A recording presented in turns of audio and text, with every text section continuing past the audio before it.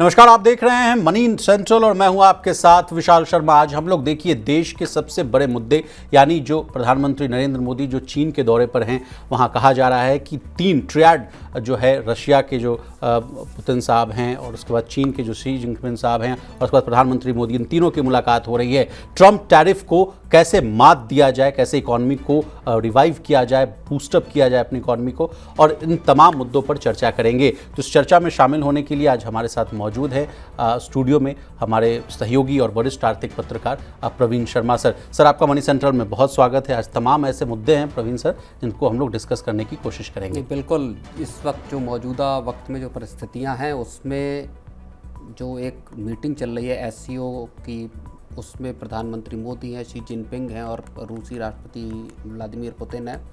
बैठकों का दौर जारी है। कुछ ऐसी चीज़ों के नतीजे निकालने की कोशिश की जा रही है जिससे जो ट्रंप का टैरिफ वार है उससे तीनों बड़े देश अपनी इकोनॉमीज को संभाल सके। तो बहुत गहमा गहमी वाला माहौल है देश के अंदर भी और देश के बाहर। तो मतलब आज वाला जो मनी सेंट्रल वो पूरा एक्शन पैक्ड होगा। बिल्कुल एक्शन पैक्ड है और इस SCO समिट से अलग बहुत सारी चीज़ें ऐसी हैं जो इकोनॉमी की चिंताओं को भी बताती हैं और जो इकोनॉमी की स्ट्रेंथ को भी बताती हैं। चलिए सर, तो देश की सबसे बड़ी कंपनियों में से एक रिलायंस इंडस्ट्रीज के चेयरमैन मुकेश अंबानी ने ऐलान किया है कि उनकी टेलीकॉम और डिजिटल सेवाओं वाली जो कंपनी है जियो प्लेटफॉर्म्स अब IPO लाने की तैयारी में। यह IPO 2026 की पहली छमाही में आ सकता है और इसके जरिए IPO जो है, मान लीजिए इसके जरिए जो कंपनी है 13.5 लाख करोड़ रुपए से अधिक की वैल्यूएशन वाली कंपनी बन सकती है। इस वैल्यूएशन से कहा जा रहा है कि जियो के निवेशकों को यानी इन्वेस्टर्स की लॉटरी लगने वाली। कौन है वो बड़े निवेशक, इनको लगने वाला है जैकपॉट, सब कुछ जानने की कोशिश करेंगे। इसके अलावा आज चर्चा करेंगे राशन कार्ड की। देश में बड़े पैमाने पर फर्जी तरीके से राशन कार्ड बनवाने वालों पर बड़ी गाज गिरने वाली। केंद्र सरकार ने राज्यों को बड़ा आदेश दिया है जिसके तहत कहा जा रहा है कि 18% तक जो है राशन कार्ड जो है रद्द हो सकते हैं। खबरें तो देखिए ये भी आ रही हैं कि मोदी सरकार राशन कार्ड स्कीम का ऑडिट भी करवा सकती है। इस खबर का पूरा विश्लेषण करेंगे और अंत में चर्चा करेंगे पक्की पेंशन की। EPFO ने पेंशन को लेकर नियम में बदलाव कर दिया है। अब अगर कोई भी व्यक्ति 1 महीने तक भी नौकरी करता है और EPS में कंट्रीब्यूशन देता है तो उसे पेंशन का अधिकार होगा। पहले क्या थी व्यवस्था, ये बदलाव क्यों था जरूरी, समझेंगे पूरे मसले को। तो चलिए बिना देर किए फटाफट करते हैं मनी सेंट्रल की शुरुआत। रिलायंस जियो भारतीय इतिहास का अब तक का सबसे बड़ा IPO लाने की तैयारी कर रही है। रिपोर्ट्स के मुताबिक जियो अपनी सिर्फ 5% हिस्सेदारी भी बेचती है तो ये करीब 58,000 से 68,000 करोड़ रुपए तक फंड जुटाने की बात सामने आ रही है। अगर ऐसा होता है तो ये हुंडई मोटर इंडिया के बाद अब तक का सबसे बड़ा IPO होगा। लेकिन इन सब के बीच जियो के इन्वेस्टर्स की लॉटरी लगने वाली। कहा जा रहा है कि साल 2020 में जियो का वैल्यूएशन करीब 4.62 लाख करोड़ था और अब उम्मीद है कि IPO के समय इसकी कीमत जो है 10 से 12 लाख करोड़ तक पहुंच सकती है। इसका मतलब है कि जिन्होंने पहले जियो में पैसा लगाया था उन्हें अब जबरदस्त मुनाफा हो सकता है। अब 2020 में कौन कौन थे बड़े निवेशक, ये जान लेते हैं। तो देखिए, फेसबुक मेटा का नाम आ रहा है। उन्होंने करीब 43,500 करोड़ रुपए लगाकर 9.99% यानी मोटा मोटी कहिए 10% हिस्सेदारी ली थी। गूगल ने 33,700 करोड़ में 7.73% हिस्सेदारी कर दी थी। KKR और सऊदी पब्लिक इन्वेस्टमेंट फंड यानी जिसको कि आप PIF के नाम से जानते हैं, उसने करीब 11,300 करोड़ रुपए लगाकर 2.32% जो है हिस्सेदारी लिया था। प्रवीण सर, अगर IPO के समय जियो का वैल्यूएशन जो है 10 से 12 लाख या 13 लाख भी कहिए 13 लाख करोड़ तक पहुंचता है तो इन बड़े निवेशकों की पूंजी तो है जो दुगनी हो जाएगी। देखिए, फ्राइडे को जब रिलायंस की AGM हुई तो उसके बाद सबसे बड़ा जो उसका टेक अवे था रिलायंस की AGM का, वो ये था कि जियो प्लेटफॉर्म्स का IPO आने का उसमें ऐलान किया गया। इस चीज़ को न केवल जियो के IPO के को लेके लोगों में या इन्वेस्टर्स में एक दिलचस्पी थी, बल्कि रिलायंस रिटेल के IPO को लेके भी ये एक उम्मीद थी कि शायद इस AGM में मुकेश अंबानी कुछ बड़ा ऐलान करेंगे। तो खैर, रिटेल के बिजनेस के IPO की तो बात नहीं कही गई, लेकिन रिलायंस जियो प्लेटफॉर्म के IPO को लेके बात कही गई जी। अब इसमें कुछ मोटी चीज़ें जो निकल के आई, जो आपने भी बताया कि जो एग्जिस्टिंग बड़े इन्वेस्टर्स हैं जी और जिन्होंने करीब 5 साल पहले इस कंपनी में तब पैसा लगाया जब ये कंपनी बड़ी होने की स्थिति में थी, जब बड़ी होने की कोशिशें कर रही थी, चाहे मेटा हो, गूगल हो, सऊदी अरब का आपका PIF हो, इन्वेस्टमेंट फंड हो, KKR हो, इन लोगों ने और इस समेत लगभग 13 ऐसे बड़े जो वो थे आपके इन्वेस्टर्स जिन्होंने इसमें अच्छा खासा स्टेक खरीदा था। सबसे ज़्यादा 10% का स्टेक आपका मेटा के पास है, फिर गूगल के पास है लगभग 7.8% और फिर 2.32%, 2.32% KKR और PIF का है। जी। अब आप समझिए कि 43,574 करोड़ रुपए लगाए मेटा ने, और उस वक्त इसकी वैल्यूएशन कंपनी की क्या थी आपकी 4 लाख करोड़ रुपए के आसपास जी। वैल्यूएशन पे ये पैसा लगाया गया। आज वैल्यूएशन जब हम आईपीओ की बात कर रहे हैं तो करीबन 10 से 12 या 13 जी। लाख करोड़ की वैल्यूएशन को लेकर है। भी तमाम तरह के अटकलें हैं सर, तमाम ब्रोकरेज हाउस की रिपोर्ट भी है, वो डेटा भी है, मैं भी आपको सामने वो शेयर कर देता हूं। देखिए ग्लोबल ब्रोकरेज फर्म जो गोल्डमैन सैक्स है, उसने लिस्टिंग पर जियो की जो वैल्यू है वो $154 बिलियन का अनुमान जताया है। जेफरीज 146, मैक्वारी 123 और एमके ने $121 बिलियन का अनुमान लगाया। तो यानी मोटा मोटी अगर एवरेज कर लिया जाए सर, तो ये करीबन 11 से 13 लाख करोड़ के आसपास के आ रहा है सर आंकड़ा। नहीं तो बिल्कुल, अब 13 लाख करोड़ या 12 लाख करोड़ की अगर हम इसकी एवरेज वैल्यू देख लेते हैं तो उस हिसाब से इन कंपनियों को, चाहे मार्क जकरबर्ग हो या गूगल हो या बाकी आपके केकेआर जैसे इन्वेस्टर्स हों, इनको इस आईपीओ में, और माना ये जा रहा है कि मतलब तकरीबन 5% का स्टेक बेचा जा सकता है, और अगर रिवाइज्ड जो सेबी के नॉर्म्स हैं, अगर उस हिसाब से चीज़ें हुई, प्रपोज्ड जो लॉ है उस हिसाब से हुई, तो 2.5% तक भी स्टेक सेल हो सकता है। 5% के स्टेक सेल में आप तकरीबन 50 से 60 हज़ार करोड़ का आईपीओ होगा। आप ऐसे देखिए, इतना इतिहास का, भारत के इतिहास का सबसे बड़ा आईपीओ होने वाला है। हुंडई का करीब 27,000 करोड़ का आईपीओ था। जी, मेरे पास इसका भी आंकड़ा है सर। बिल्कुल। अब तक के सारे रिकॉर्ड तोड़ सकता है जियो का आईपीओ, जैसा कि आपने कहा। हुंडई का 27,870 करोड़ का था। उस समय कहा जा रहा था सर कि ये भारत का सबसे बड़ा आईपीओ है। लेकिन उससे पहले LIC 21,000 करोड़ मई 2022 में आया था। पेटीएम 18,300 करोड़ नवंबर 2021 में आया था। कोल इंडिया सर 15,199 करोड़, और ये अक्टूबर 2010 में आया था। तो ये कुछ बड़े नाम हैं सर जिनके आईपीओ को लेकर बड़ा धमाल हुआ करता। तो खैर, अब 50-60 हज़ार करोड़ का आईपीओ आएगा, या अगर इसका आधा हिस्सा आता है यानी 2.5% का अगर स्टेक सेल होता है, तो इसका आधा यानी 25-26 हज़ार करोड़ रुपए का या 30 हज़ार करोड़ रुपए का आईपीओ ये हो सकता है। दोनों स्थितियों में एक बड़ा आईपीओ होने वाला है। और सबसे बड़ी बात यह है कि क्या जो OFS के रूट के जरिए, क्या ये जो एग्जिस्टिंग इन्वेस्टर्स हैं, क्या ये अपना पार्शियल स्टेक सेल करते हैं?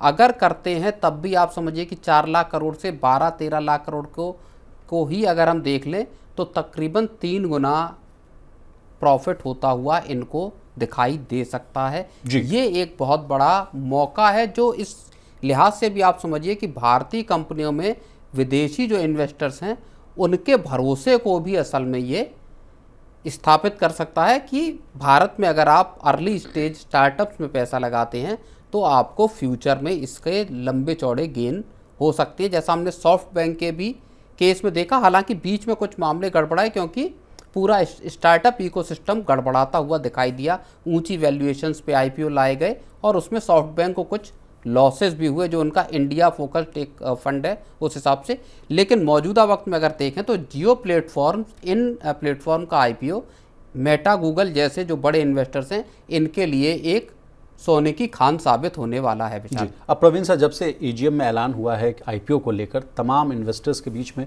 उहापोह की स्थिति है। क्यों है, उसके पीछे का कारण मैं बता रहा हूँ सर। देखिए, रिलायंस इंडस्ट्रीज ने जब साल 2023 में जियो फाइनेंशियल सर्विसेज को अलग से लिस्ट किया था, तब कहा जा रहा था कि RIL के जो शेयर होल्डर्स हैं उनको एक के बदले एक शेयर जो है मुफ्त में दिए जाएंगे। अब ऐसे में जियो आईपीओ की जो खबरें आ रही हैं, उससे कहा जा रहा है कि RIL के लगभग सर 44 लाख शेयर होल्डर्स हैं। उनके मन में एक सवाल है कि क्या उनको भी क्या 1:1 वाला मिल जाएगा, क्या मामला फ्री में? नहीं, माना ये जा रहा है कि जब जियो फाइनेंशियल सर्विसेज का इश्यू आया था, वो एक स्पिन ऑफ कंपनी हुई थी, एक उसमें से अलग हुई थी, रिलायंस इंडस्ट्रीज से फाइनेंशियल आर्म के तौर पे एक अलग हुई थी। तो वहाँ पे 1:1 में, यानी हर रिलायंस इंडस्ट्रीज़ का जिसके पास भी एक शेयर था उसको एक शेयर जियो फाइनेंशियल सर्विसेज का फ्री में मिला था। यहाँ संभवतः वैसा मामला नहीं होगा, ये एक सेपरेट आईपीओ है और इसलिए सारे इन्वेस्टर्स को इसमें अप्लाई करना होगा, वहाँ से आपको आईपीओ का के शेयर मिलने की बात आएगी।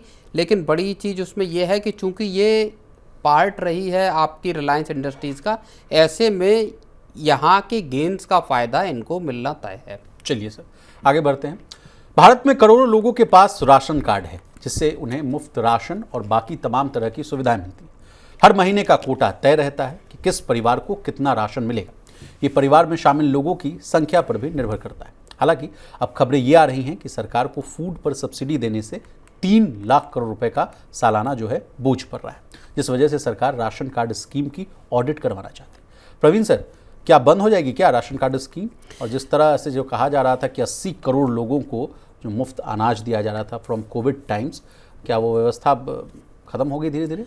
नहीं, देखिए, कोविड के वक्त पे सरकार ने 80 करोड़ लोगों को मुफ्त राशन देने की स्कीम शुरू की। प्रधानमंत्री जन कल्याण योजना के जरिए 5 किलो गेहूं और 5 किलो चावल फ्री में देने की शुरुआत की गई। 80 करोड़ लोगों को इसका लाभ दिया गया। बाद में ये अलग अलग सालों में इसको एक्सटेंड किया जाता रहा और फिर अभी लास्ट में आके सरकार ने बजट में इसका फिर ऐलान कर दिया कि हम इसको अगले 5 साल तक और लेके जाएंगे जी। अब इसको एक तरह से तो ये समझिए कि जो गांव में, शहरों में रहने वाला जो गरीब तबका है, उसके लिए ये एक बहुत बड़ा सपोर्ट सिस्टम है, जहाँ पे कि आपको फ्री खाद्यान्न मिलता है। और बीच में अगर आपको मैं याद दिलाऊं, कोविड के वक्त न केवल गेहूं और चावल मिलता था, बल्कि ग्रोसरी की दूसरी चीज़ें जैसे तेल हो गई, दालें हो गई, इस तरह की चीज़ें भी एक पैकेट में अलग अलग स्टेट्स में भी दिए गए, उनको मुहैया कराए गए ताकि लोगों के ऊपर फाइनेंशियल बर्डन ना पड़े। लेकिन इन लोगों पर तो बर्डन नहीं पड़ रहा है सर मेरे पास, लेकिन आंकड़ा है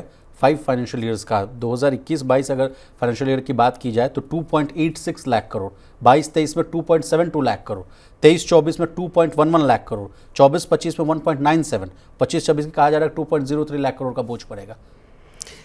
बिल्कुल ठीक बात है। ये आपने इसके जो सरकार का खर्च है ये बताया, और यहीं से कहानी निकल के आती है कि सरकार आखिर अब करना क्या चाहती है। इसमें 2-3 चीज़ें मोटी मोटी हैं।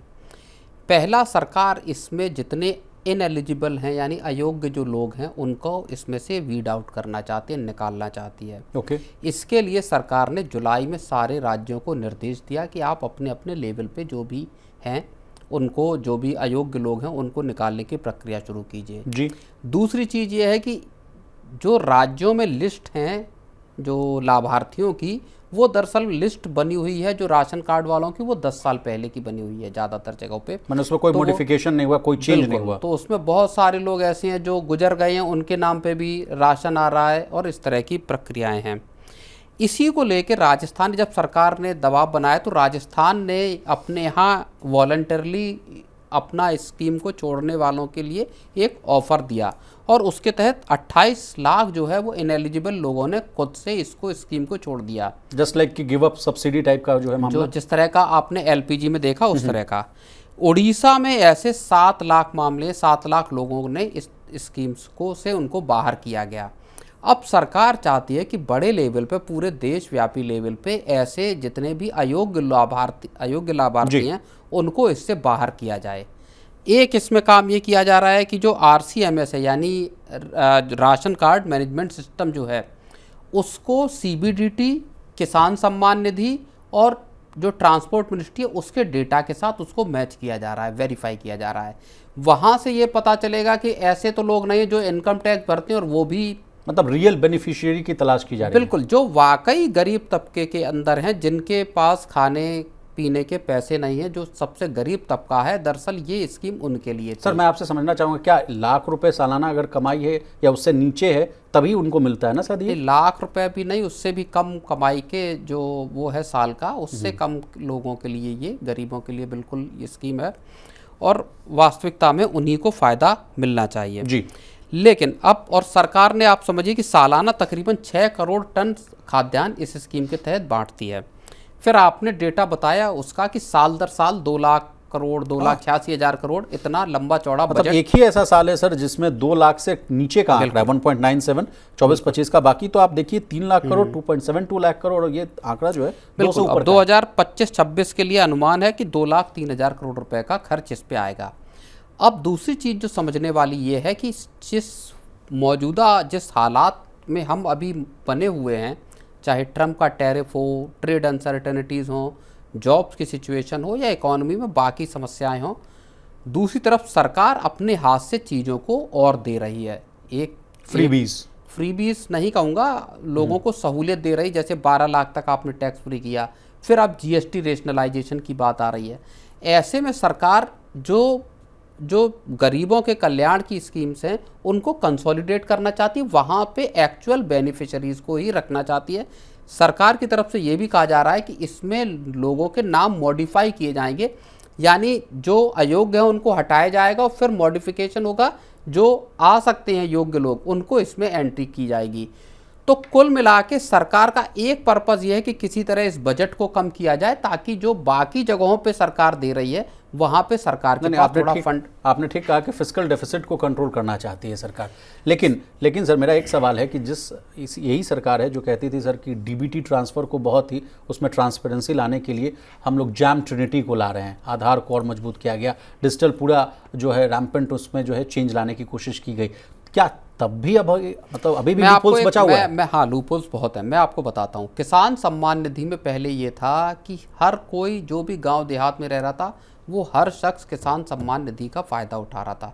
सबके खाते में, सबने फॉर्म भरे, सबके खाते में पैसे आना शुरू हो गए। 6,000 2,000 गुने 3 2,000 रुपए की किस्त आना शुरू हो गई। फिर सरकार ने क्या किया, जब ये लगा कि हर कोई ही इस स्कीम में आ गया, तब वहाँ इसको पैन के साथ लिंक किया गया आपके।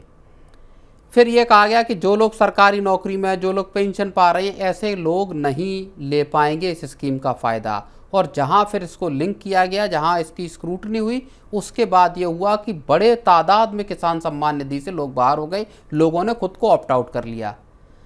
तो जो डीबीटी है उसको ठीक करने की ज़रूरत थी और सरकार ने किसान सम्मान निधि में ऐसा किया। सरकार प्रधानमंत्री गरीब कल्याण योजना में भी इसको ऐसा ही करने वाली है जी। और इसीलिए इनकी री केवाईसी की भी बात अब आ रही है। और वो देखिए, री केवाईसी जनधन खातों की भी होनी है और उसी को लेके स्पेशल कैंप चलाए जा रहे हैं। बीच में कई खबरें ऐसी आई थी सर कि अगर आपने केवाईसी नहीं कराया और तो जैसे आप कह रहे हैं री केवाईसी, तो आपका जो है राशन कार्ड बंद हो जाएगा और तमाम तरह की जितनी भी जो जन सुविधाएं जो आप ले रहे हैं वो बंद हो जाएगा। उसके लिए आपने ठीक कहा कि तमाम सब जगह पंडाल और उंडाल सब लगा रहे जा रहे हैं। बिल्कुल, देखिए अब जो लोग गुजर गए हैं, जिनकी मृत्यु हो गई, उनके नाम पे भी राशन कार्ड चल रहे हैं, उनका नाम भी लिस्ट में बना हुआ, उनके नाम पे भी राशन आ रहा है।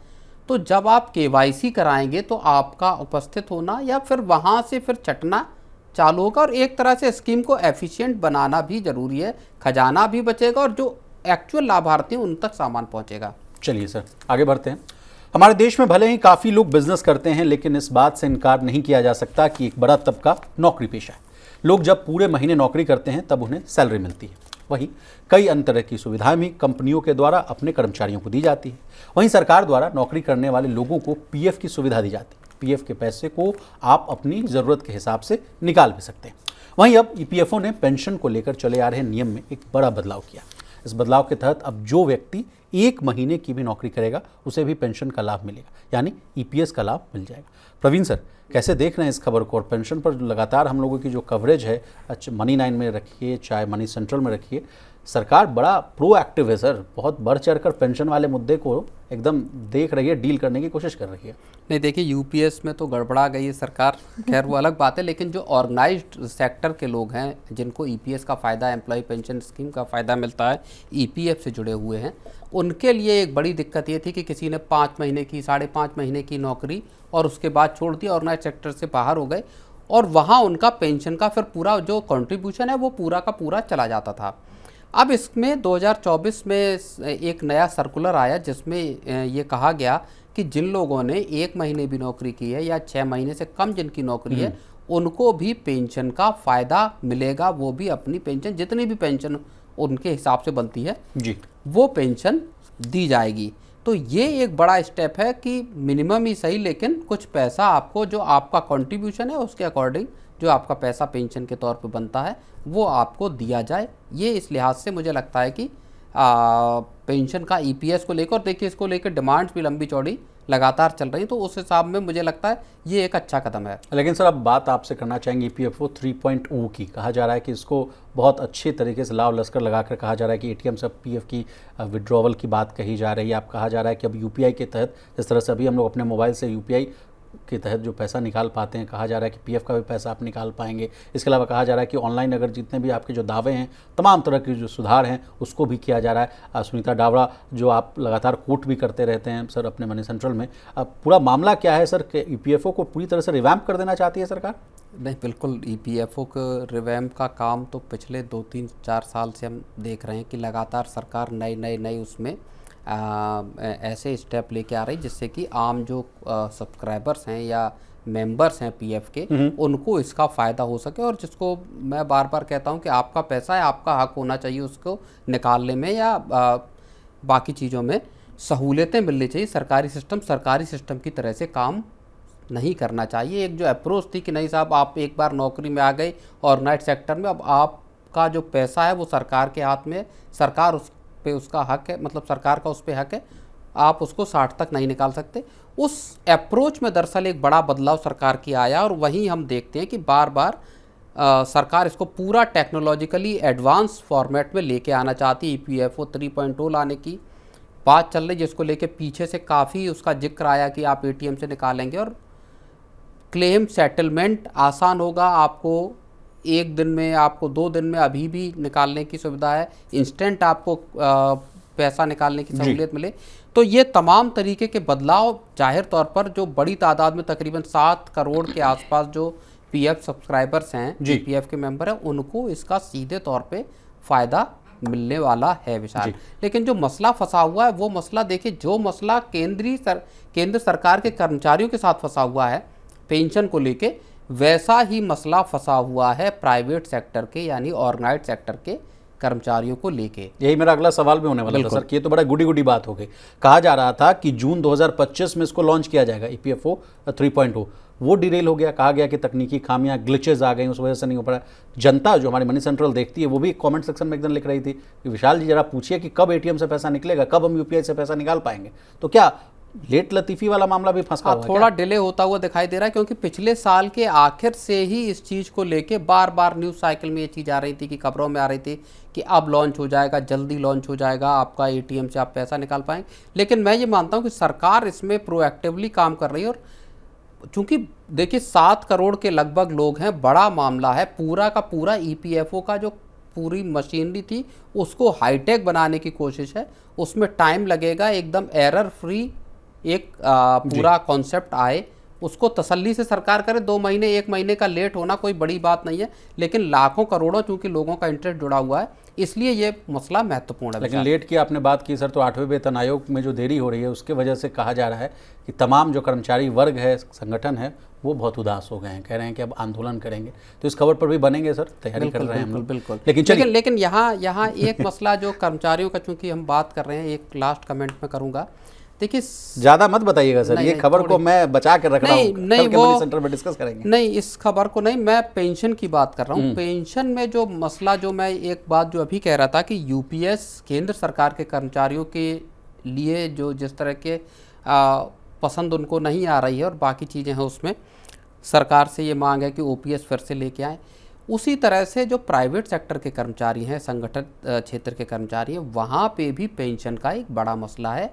मांग हो रही कि साहब आप इस पेंशन का जो अभी मिनिमम 1,000 रुपये पेंशन है, 7,500 किया जाए, उसको 7,500 किया जाए या 10,000 रुपये उस पेंशन को किया जाए। इसके लिए जो बीच में तो ये भी खबरें आई थी प्रवीण सर कि अब 3,000 तक बात फंसती हुई नजर आ रही है। अभी इस पे भी क्लैरिटी नहीं आई। नहीं, लेकिन उसमें सरकार को कुछ एक्शन लेना होगा। सरकार को ये तय करना होगा कि किसी भी तरह से, क्योंकि आप समझिए कि 6-7 हज़ार रुपये पेंशन आज की डेट में कुछ भी नहीं है। जो एक संगठित क्षेत्र का कर्मचारी मान लीजिए लंबे वक्त तक नौकरी करता हो, उसके बाद उसको 1,000 या 2,000 रुपये पेंशन मिले, वो एक बहुत नाकाफ़ी चीज़ है। वहाँ पे सरकार को, और बात बार बार आई डिमांड 7,500 रुपये की पेंशन की, कम से कम 7,500 रुपये पेंशन एश्योर्ड अगर आप UPS में दे रहे हैं, अगर सरकारी कर्मचारियों को दे रहे हैं, तो वैसी पक्की पेंशन प्राइवेट सेक्टर के कर्मचारियों को भी मिलनी चाहिए। और इनकी संख्या और इनकी तादाद ज़्यादा है। बिल्कुल, 7 करोड़ का आंकड़ा कम नहीं है। सरकार को इस तरह की व्यवस्था करनी चाहिए कि यहाँ किस तरह से EPS के तहत किस तरह से व्यवस्था हो। चलिए सर, आपने राग छेड़ दिया तो एक और डेटा मैं आपसे पूछ ही लेता हूँ। 49 लाख EPS कर्मचारी हैं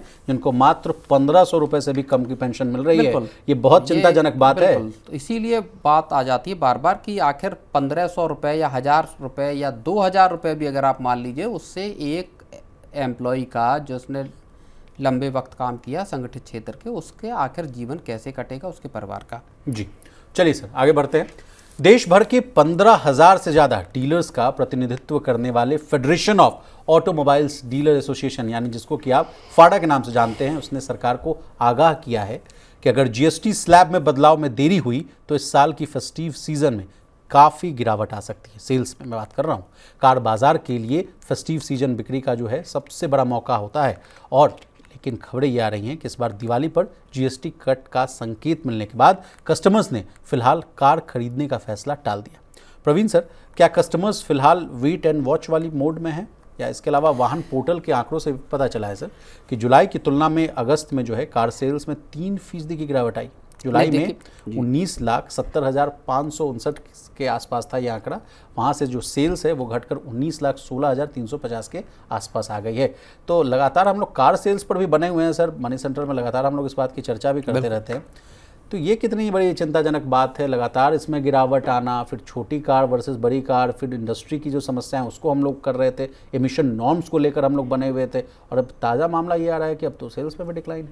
नहीं, बिल्कुल देखिए, जो कारों की या ऑटो सेक्टर की जो प्रॉब्लम है वो लगातार स्ट्रेच होती हुई दिखाई दे रही है हमें। और जब फेस्टिवल सीजन की शुरुआत होने वाली थी, दिवाली की, दशहरे की, जिस दौरान सबसे ज़्यादा आप समझिए कि लगभग 40% से 50% के बीच साल भर की बिक्री का इसी दौरान निकलता है आपका दिवाली के सेल्स में। कहा जा रहा था कि ओणम, गणेश चतुर्थी और दिवाली, दशहरा के पहले अब तो ये विश्वकर्मा पूजा भी आ रहा है सर।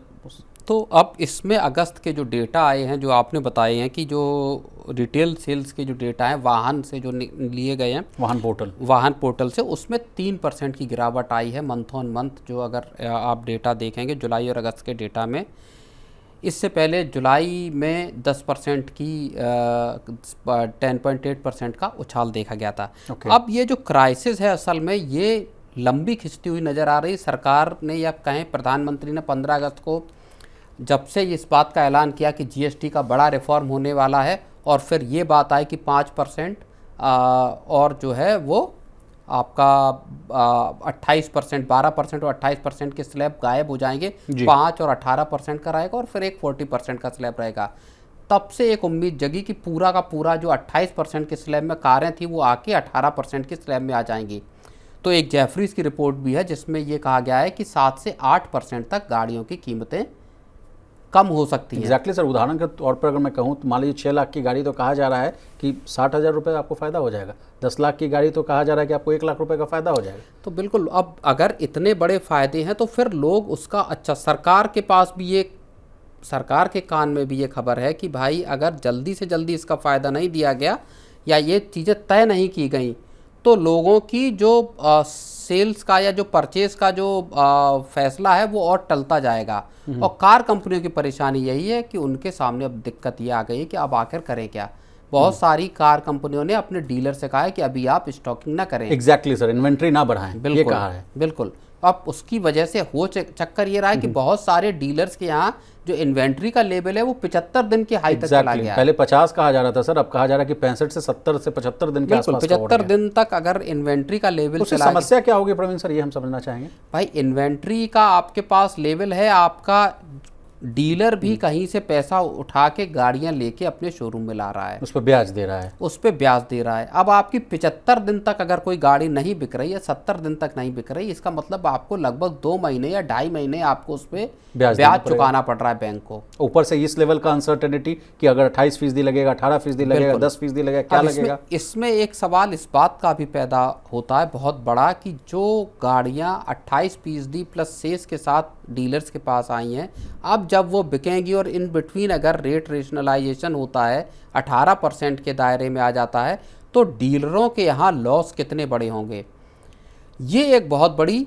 समस्या यहाँ पे है। और आप समझिए कि इसकी वजह से पूरे का पूरा ऑटो सेक्टर जो है वो एक गफलत की स्थिति में है। कन्फ्यूजन ऐसा है कि अभी किसी को कुछ समझ में नहीं आ रहा। ग्राहकों ने पक्का मन बना लिया कि अब ग्राहकों के मन में एक बात साफ हो गई है कि गाड़ियां सस्ती होने वाली हैं। और इसीलिए अब लोग अपना जो है बैठ गए, जिन्होंने बुकिंग की तो उन्होंने बुकिंग कैंसिल कर दी, और ये फैसला छोड़ दिया कि अभी रुक जाते हैं। जी, ये समस्या सर लग्जरी कारों पर भी देखने को मिल रही थी। ये समस्या केवल इन पर नहीं, व्हाइट गुड्स के साथ भी है। जो लोग एसी, फ्रिज, टीवी खरीदने जा रहे थे वो भी कह रहे हैं कि यार अब 15 दिन और रुक जाते हैं, तब तक सरकार। अच्छा, उसमें एक और वजह है, 3 तारीख और 4 तारीख को बैठक होने वाली जीएसटी काउंसिल की। तो कितना ही दिन बचा है? सबकी नज़र इस बात पे है कि जीएसटी काउंसिल में क्या फैसला हो जाएगा। लेकिन यहाँ एक बहुत बड़ा पचड़ा पड़ा हुआ है। 8 राज्य जो गैर बीजेपी शासित हैं वो इस पूरे के पूरे जो सरकार की मुहिम है उसमें अड़ंगा लगा सकते हैं। वो कह रहे हैं कि भाई जो नुकसान होगा उसका भरपाई कौन करेगा? बिल्कुल, माना ये जा रहा है कि 2 लाख करोड़ रुपए का जो है वो लॉस इन राज्यों को हो सकता है जीएसटी कटौती का। ऐसे में उसकी भरपाई कौन करेगा, ये एक बड़ा सवाल अभी है। भरपाई वाला वो ले भी रहे हैं सर, कोविड के टाइम्स वाली जो भरपाई वाली है। नहीं, तो राज्यों की ये मांग भी है। राज्यों की मांग ये है कि जो हमारा नुकसान होगा उस नुकसान की अगले 5 साल तक सरकार भरपाई करे। तो अब जो बीजेपी शासित राज्य है वो तो केंद्र सरकार की चूंकि मुहिम है या फैसला है उसको मानेंगे, हूबहू चलेंगे, उसके हिसाब से चलेंगे। लेकिन जो गैर बीजेपी शासित राज्य है वो इस फैसले को कितना मानते हैं, इसमें कितना अड़ंगा लगता है। तो 2 दिन की जो बैठक है जीएसटी काउंसिल की वो भी बड़ी हंगामेदार रहने वाली पूरा है। मंथन होगा सर। लेकिन मुझे एक खबर याद आ रही है। पश्चिम बंगाल के जो मुख्यमंत्री ममता बनर्जी, उन्होंने कहा कि जो हेल्थ सेक्टर को लेकर जो कहा जा रहा था कि हेल्थ इंश्योरेंस को लेकर जो कहा जा रहा था कि 18% जो उस पर टैक्स लग रहा है उसको अगर कम किया जाए, उस पर उनका एक स्टेटमेंट आया था कि उससे तो हमारे राज्य सरकार पर हजारों करोड़ रुपए का बोझ पड़ेगा, तो ये नुकसान होगा। अब ये केवल हेल्थ इंश्योरेंस की बात थी जिसको 18 से 5 पे लाने के कितना पेनिट्रेशन है आपको भी पता है। 3-4-5% का पेनिट्रेशन लेवल होगा हेल्थ इंश्योरेंस का।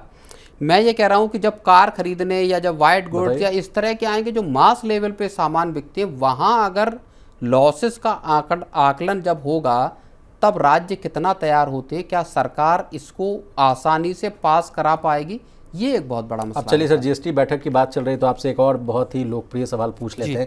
क्या पेट्रोल, डीजल, सोना ये सब वाला जो मामला है वो आएगा? नहीं, पेट्रोल डीजल तो इस बैठक का एजेंडे में ही नहीं है। वो अगली बैठक, आम आदमी को राहत नहीं मिलेगी। आम आदमी को राहत सरकार बिना जीएसटी में डाले भी दे सकती है इसको। सरकार के हाथ में, सरकार जब 20% एथेनॉल मिला रही है पेट्रोल में तो उसका फायदा दे सकती है, लेकिन सरकार चूंकि वैसा करने के लिए तैयार नहीं है, ये बात अलग है। जी चलिए सर, आगे बढ़ते हैं। एक बड़ी खबर आ रही है कंजम्पशन से रिलेटेड। जो मार्सलस इन्वेस्टमेंट के जो सौरभ मुखर्जिया साहब हैं, उन्होंने एक बड़ा कमेंट किया है सर देश की हालात को लेकर, मिडिल क्लास को लेकर। उनका कहना है कि लोन की जो किस्त है, पहली ईएमआई जो है कहिए, वो अधिकतर लोग चुका नहीं पा रहे हैं। और ये जो समस्या है, अगर कहा जाए कि मान लीजिए बीमारू राज्य हो या जो पिछड़े राज्य हैं वहाँ देखने को मिल रहा है, तो ऐसा नहीं है। ये समस्या कहाँ है तो भैया बेंगलुरु और हैदराबाद जो एक आईटी हब माने जाते हैं, आईटी शहरों में इनका नाम होता है सर, वहाँ ये समस्या देखने को मिल रही है। कहा जा रहा है कि कोविड के समय इन लोगों ने हाउसिंग लोन कहिए या पर्सनल लोन कहिए वो लिया सर, और कहा कि अपनी गाड़ी चलाएंगे, लेकिन अब वो समस्या इतनी है कि मामला पूरा फंसता हुआ नजर आ रहा है। सबसे पहले आपसे समझना चाहेंगे सौरभ मुखर्जिया साहब की स्टेटमेंट को कैसे डिकोड करें और कितनी बड़ी समस्या है। नहीं, देखिए, जहां देश की पहली तिमाही में जो ग्रोथ का नंबर आया 7.8% का, और जिसने एकदम से पंख लगा दिए, मार्केट्स में भी आज हमने देखा कि ज़बरदस्त तेज़ी हुई। 7.8% का जो जीडीपी का नंबर है वो सबकी उम्मीदों से परे था। और एक अच्छी तस्वीर इस लिहाज से लगी कि नहीं, बढ़िया ग्रोथ कर रहा है, 5 तिमाहियों में सबसे अच्छा है। बिल्कुल। और उसके बाद आज जब जीएसटी का भी नंबर आया है तो 1.86 लाख करोड़ का जीएसटी कलेक्शन सर, पिछले साल से अगर तुलना करें तो 6.5% की बढ़ोतरी है। लेकिन पिछले अगर महीने से बात किया जाए सर तो 1.96 था, वहां से ये गिरावट है 1.86 का। बिल्कुल, फिर भी 1.8 लाख करोड़ रुपए से ऊपर का जीएसटी का नंबर आया है। लगातार जीएसटी के नंबर मजबूत बने हुए हैं। इस साल की शुरुआत में 2 लाख करोड़ से भी ऊपर था।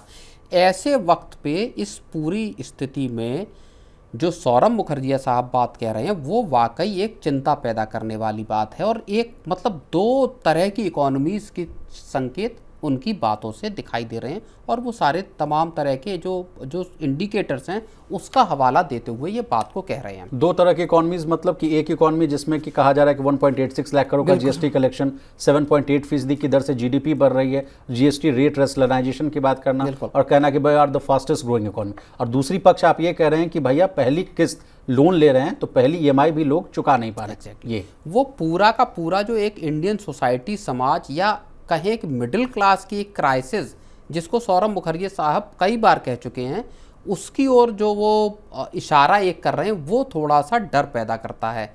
मसलन जो आप बात कह रहे हो कि 10 साल के हाई पे पहुंच गया है जो पहला आपका फर्स्ट चेक बाउंस जो है, यानी आपने लोन लिया और आप उसकी किस्त चुका नहीं पाए। ये आंकड़ा, ऐसे लोगों का आंकड़ा 10 साल के हाई पे पहुंच गया है। ये एक बेहद समस्या वाला एक स्थिति दिखाता है। दूसरी बात, आपने बताया बेंगलोर और हैदराबाद जैसे आईटी हब जहाँ पे लोगों की सैलरी लंबी चौड़ी हैं, जहाँ लोगों ने बड़े बड़े घर खरीदे कोविड के वक्त पे, इसलिए क्योंकि पति भी काम करता है, पत्नी भी काम करती है, और फिर वहाँ पे उनको बड़े घरों की तो इसके पीछे एक कारण एक ये भी हो सकता है सर कि जिस तरह से इंडिया यूएस के बीच जो रिश्तों में तनाव आया, जो आईटी सेक्टर पर सबसे ज़्यादा मार पड़ती हुई दिखी। कहा गया अभी अनसर्टेनिटीज़ की बात की जा रही, तो वो भी कहा जा रहा है कि आईटी सेक्टर पर सबसे ज़्यादा मार पड़ सकता है। क्या होगा, नहीं होगा, वहाँ लोग जा पाएंगे, कमा पाएंगे? मैं वही कह रहा हूँ, ये जो अनसर्टेनिटी है, इसकी मार अब ऐसे हाई पेइंग जो आपके कस्टमर थे, हाउसिंग लोन के, पर्सनल लोन के, जो प्राइम कस्टमर थे, जिनके पास पैसा था, जिनके पास रीपेइंग की कैपेसिटी थी, वहाँ पे आपको डिफ़ॉल्ट, बेसिकली डिफ़ॉल्ट कहें, या वहाँ पे आपको स्ट्रेस दिखाई देने लगा है। और एआई की वजह से जिस तरह के, देखिए अभी टीसीएस ने 12,000 लोगों को निकाला। बहुत सारी कंपनियों में टेक्नोलॉजी सेक्टर में अगर आप देखेंगे तो हालात बहुत ज़्यादा गंभीर है जी। तो एक जिक्र वो इस क्राइसिस का करते हैं कि यहाँ पे जो बड़े जो हब हैं, वहाँ पे आपको जॉब की क्राइसिस और लोन डिफ़ॉल्ट की क्राइसिस दिखाई देती है। हाउसिंग लोन हो गया या पर्सनल लोन हो गया, और वो भी अब ऐसे वक्त पे हो रहा है जबकि लोन के रेट जो हैं वो निचले लेवल पे चल रहे हैं। विशाल सर, एक और समस्या वाली बात है, वो कह रहे हैं कि माइक्रो फाइनेंस कंपनियां जो मान लीजिए जो छोटे मोटे लोन देती हैं, वो भी अब रिकवर नहीं कर पा रही, यानी वसूली करने में भी उनको दिक्कतें हैं। माइक्रो फाइनेंस, देखिए इसके अलावा माइक्रो फाइनेंस जो इंडस्ट्री है, उसके सामने समस्या पिछले आप समझिए कि लगभग 1-1.25 साल से है। वहाँ पे राज्य सरकारों ने, चाहे कर्नाटक हो या दूसरे राज्य हों, वहाँ पे उन्होंने नियमों को सख्त किया, और इन्होंने असल में जब वसूली के तरीके थोड़े सख्त किए तो राज्य सरकारों ने भी अपने इन कंपनियों पे प्रतिबंध लगाने शुरू किए, और इस वजह से माइक्रो फाइनेंस इंस्टीट्यूशंस के लिए कारोबार करना मुश्किल हो रहा है, और वहाँ पे आपको स्ट्रेस दिखाई देता है। जी जी। तो ये एक बड़ी बात है। फिर आपका आ जाता है, और देखिए सौरभ मुखर्जी एक केवल एरिया की बात नहीं करें, वो कह रहे हैं क्रेडिट कार्ड जैसी जगह पर भी आपको स्ट्रेस दिखाई दे रहा है, और कमर्शियल व्हीकल के जो लोन लिए गए उनको भी नहीं चुकाया जा रहा है, और बैंकों की असेट क्वालिटी को लेके भी वो सवाल उठा रहे हैं। तो बहुत सारी चीज़ें वो ऐसी बता रहे हैं जो इकोनॉमी में एक पैदा हो रहे स्ट्रेस की ओर इशारा करती है कि क्या जो हमारे आंकड़े आ रहे हैं जीएसटी के या बाकी, उसके नीचे एक बड़ी क्राइसिस पनप रही है। और इस क्राइसिस के केंद्र में कौन है? इस क्राइसिस के केंद्र में दरअसल देश का मिडिल क्लास है। सर, एक सवाल मेरे मन की, कहा जा रहा है इस रिपोर्ट में कि ब्याज दरें तेजी से बढ़ी हैं, और लेकिन उस अनुपात में सैलरी नहीं बढ़ी है। लेकिन मैं आपसे समझना चाहूँगा सर, अभी तो हम लोग इनवर्ट डायरेक्शन में हैं, लोन्स को लेकर कहिए या तमाम तरह की जो ब्याज दर में जो कटौती है, आरबीआई के एमपीसी में कहा गया कि 100 बेसिस पॉइंट का हमने कट कर दिया, सीआरआर में 100 बेसिस पॉइंट का कट कर दिया, तो फिर ये दिक्कत क्यों आ रही है? कहा जा रहा है कि ब्याज दरें बढ़ी हुई थी, पूरा मामला है क्या, समझाइए। नहीं, बिल्कुल, देखिए आरबीआई ने 3 ट्रेंचेस में 100 बीपीएस का रेट कट किया, और 100 बीपीएस का आपने सीआरआर का कट का ऐलान किया कि अलग अलग उसमें 20 बीपीएस करके, ऐसे 25 बीपीएस करके 4 बार सीआरआर कट होगा। एक तो ट्रांसमिशन हुआ है, हो रहा है लोन का, लेकिन उसके पीछे लोन रेट ऊंचे थे। लेकिन अभी जो परिस्थितियां बहुत तेज़ी से बदली हैं पूरे इकोनॉमी में, उसने असल में लोगों को एक स्ट्रेस में और एक तनाव में डाल दिया है, और यहाँ से आपको फिर डिफ़ॉल्ट और बाकी जो समस्याएं हैं पूरी, वो दिखाई देती हैं। दूसरी बड़ी चीज़ ये है कि पिछले कई वर्षों से लगातार जो आम लोगों पे या मिडिल क्लास पे जिस तरह का बर्डन पड़ा है, अलग अलग टैक्सेस का, अलग अलग तरह की जो लिविंग कॉस्ट जो ऊपर गई है, उसने भी लोगों को एक बड़े कई वायरल पोस्ट हम लोगों ने देखा सर, लिंक्डइन पे देखिए या फेसबुक पे। टेकी कहते हैं कि मेरी सैलरी जो है, समझिए 2 लाख 3 लाख रुपए महीना है, 36 लाख 50 लाख पर एनम के सैलरी पर मैं हूँ, लेकिन मेरी सेविंग्स जो है 10,000 20,000 भी नहीं है। ऐसी बहुत पोस्ट आ रही हैं। शहरी इलाकों में ये बड़े लेवल पे ये समस्या है, जहाँ लोग कमा रहे हैं लेकिन बचा नहीं पा रहे हैं, और ज़्यादातर हिस्सा उनका ईएमआईज़ में या बाकी चीज़ों में जा रहा। तो इकोनॉमी के दूसरे पक्ष को भी, और ख़ास तौर पे अब जब एक्सपोर्टर्स की क्राइसिस आ रही है, जब जॉब्स की क्राइसिस आ रही है, यहाँ सौरभ मुखर्जी की बात को गौर से सुनना बहुत ज़रूरी है। विचार चलिए प्रवीण सर, आपका बहुत शुक्रिया, आपने कीमती समय निकाला और तमाम विषय को बहुत ही आसान भाषा में विस्तार से समझाने की कोशिश की। तो आज के मनी सेंट्रल में बस इतना ही। इसी तरह देश, दुनिया और बिजनेस जगत से जुड़ी तमाम ताज़ा तरीन खबरों के लिए बने रहिए हमारे साथ और देखते रहिए मनी 9।